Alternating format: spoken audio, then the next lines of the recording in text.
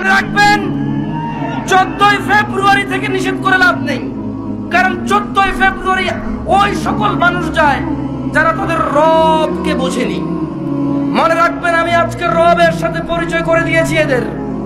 এরা যদি মনে করে 14ই ফেব্রুয়ারি যাবে আর ওদের মৃত্যু হবে ওই অবস্থায়, আর তাদের কোন ওলি মুর্শিদ আছে যে তাদের কবরে যাবে 14ই ফেব্রুয়ারির ওই ও নষ্টাপনা নোংরা এবং অশ্লীলতার ওখানে গিয়ে তাদের কবরে গিয়ে কেউ তাদের রক্ষা করবে, ওলি আর মুর্শিদা আছে, আমি আর আপনি কি করতে পারি? এখানে দেখা যাবে সেদিন, যেদিন বিচার হবে, মানুষ আল্লাহর সামনে আসবে এককভাবে, একা একা।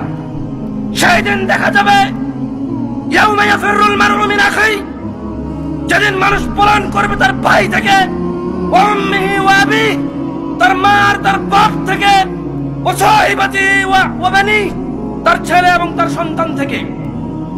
সেই দিন দেখা যাবে যে তার 14ই ফেব্রুয়ারি তার আইডলরা, তার সিনেমার নায়করা, তার রাতের আনন্দের গায়করা, তার চোখের সন্তুষ্টির গায়িকারা নায়িকারা তাকে কতটুকু উপকার করে। ওকে আমি 14ই ফেব্রুয়ারি থেকে নিষেধ করবো না।